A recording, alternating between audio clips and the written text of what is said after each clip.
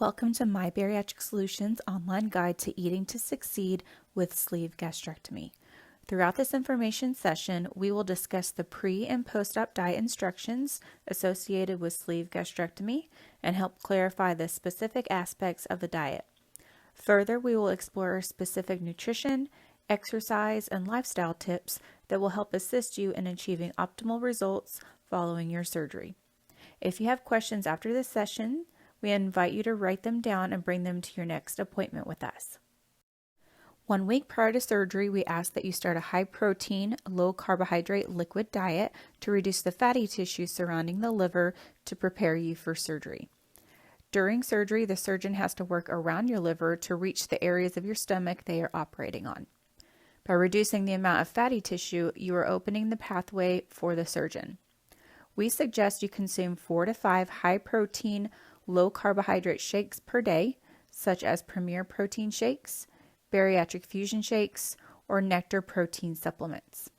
A comprehensive list of bariatric-friendly protein supplements will be provided prior to your surgery. We also ask that you consume at least 100 ounces of water, sugar-free flavored waters, or low-sugar electrolyte drinks daily. This includes Crystal Light, broth, Powerade Zero, or any other water-based sugar-free beverages. During this phase of the diet, it is imperative that you stick to the low-carbohydrate protein drinks and water-based sugar-free beverages only. No soups, blended cereals, or puddings are allowed during this phase of the diet. If you are a diabetic, you will need to speak with your primary care physician about adjusting your medications prior to starting your liquid diet. Failing to do so can potentially lead to severe episodes of low blood sugar known as hypoglycemia.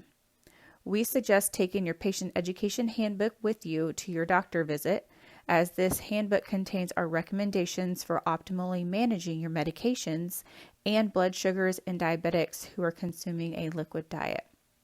If your doctor is unable or unwilling to adjust your diabetic medications during the liquid phase of the diet, please feel free to contact our office and speak with a registered dietitian so they may assist you.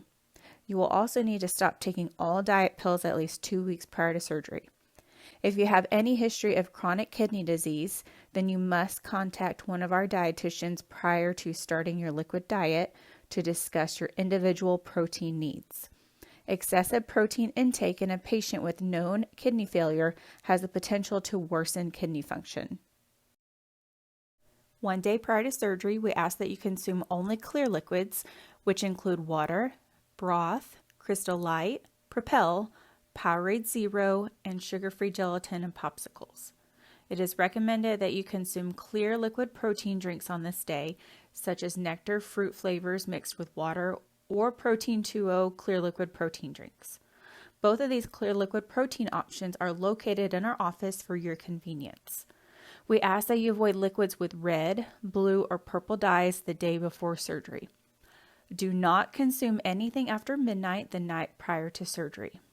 If you are instructed by your physician to take a medication the morning of surgery, drink just enough water to swallow the medication.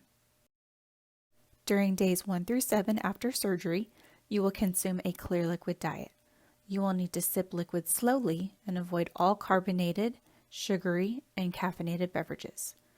You may begin drinking a clear protein drink, such as Protein 2.0 or Nectar protein powder mixed with water or Crystal Light 24 hours after surgery.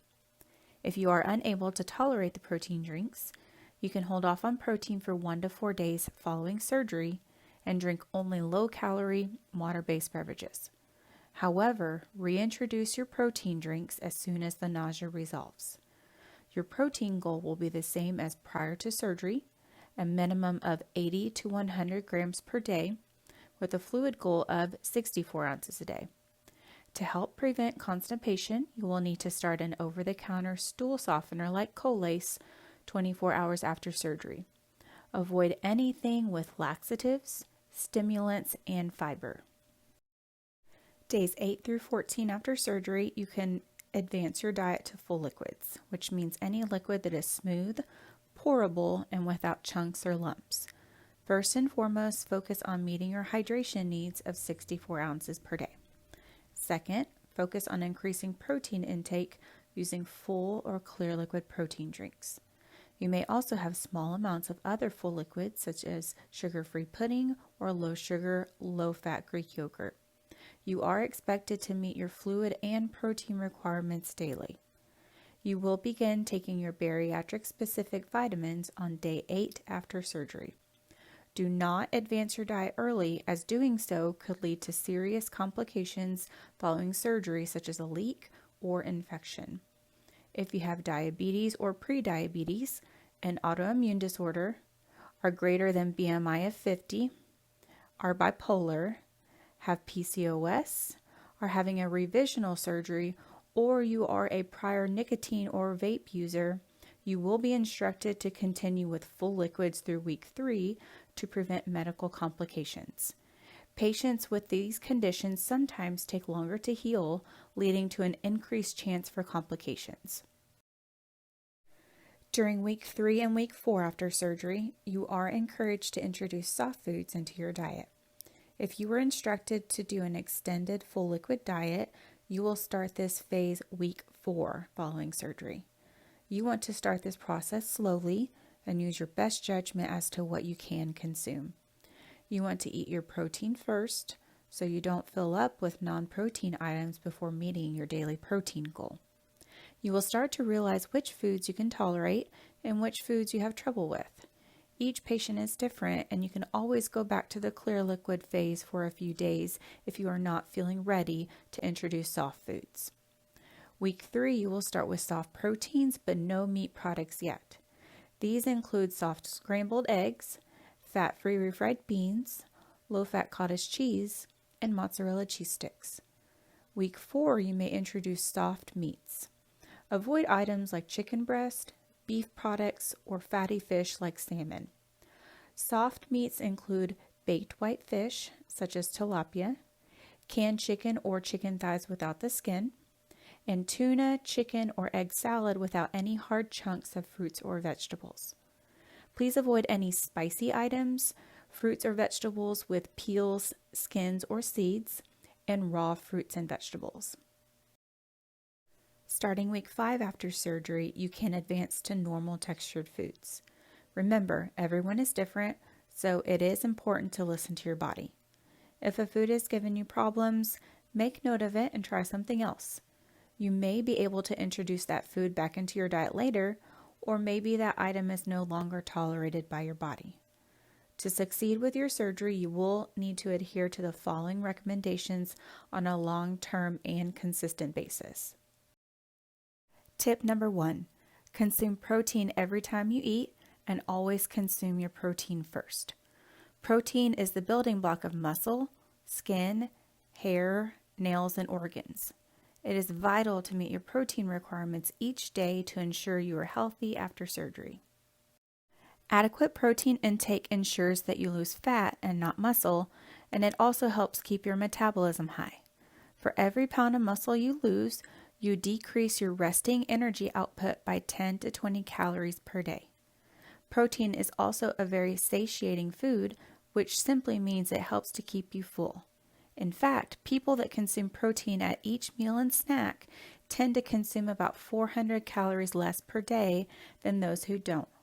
So by eating protein at each meal, you will be working with your surgery tool to help you feel more satisfied while consuming fewer calories. Adequate protein intake also helps to maintain a strong immune system, aid in wound healing, and prevent excessive hair loss post-op, which is a common issue after weight loss surgery. After surgery, you will fill up with 1/4 cup or 2 ounces of food. If you eat fruits, vegetables, fat, and carbohydrates first, you will not have room for protein. Therefore, you must always consume your high-protein foods first before consuming anything else so that you can easily meet your protein needs. Continue to use 1 to 2 protein supplements each day to help you meet your protein goal if needed. Females require a minimum of 80 grams per day with a sleeve, while men require a minimum of 100 grams per day. However, rather than striving for minimums, you should strive to meet your optimal level of protein on a daily basis. Your individual protein goal is based on your gender and height. Using the chart shown, find your individualized protein goal.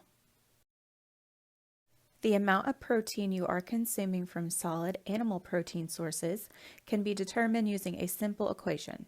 1 ounce of animal protein equals 7 grams. So if you consumed 4 ounces of grilled fish, that would be equivalent to 28 grams of protein. Tip number 2, follow the bariatric plate method of eating. You can use the plate method to help you consume the proper ratio of food groups. First, always eat your protein, and then if you are still hungry, focus on non-starchy vegetables or salad. If you are still hungry after that, then top off your meal with healthy, complex carbs. Listed are good sources of proteins, non-starchy vegetables, and complex carbohydrates. Tip number 3, eat your calories. The sleeve gastrectomy significantly reduces the amount of solid foods your stomach can hold. Solid foods do a great job at filling you up and keeping you full, but liquids do not have the same effect.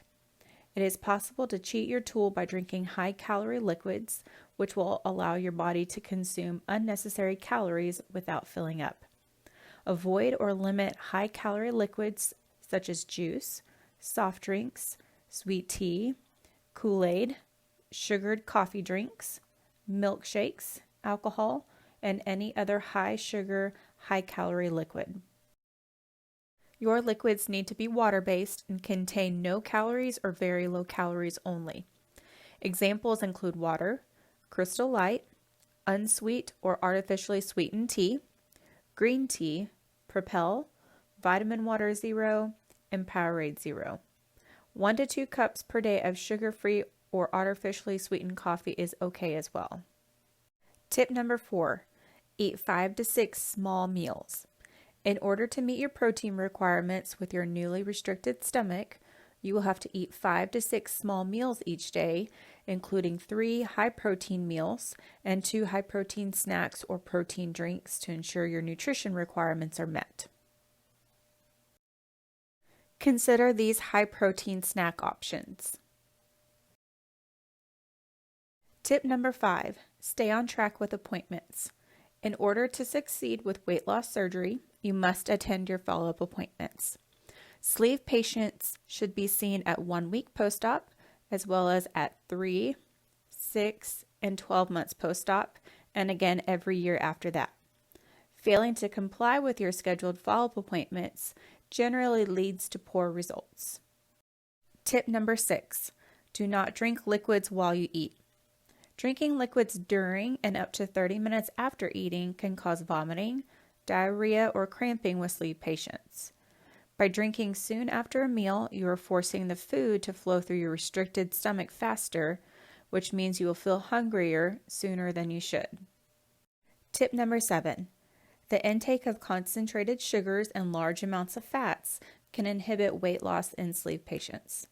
To assist with weight loss, all patients should limit high sugar, high fat foods, as well as refined carbohydrates such as white rice, pasta, and bread.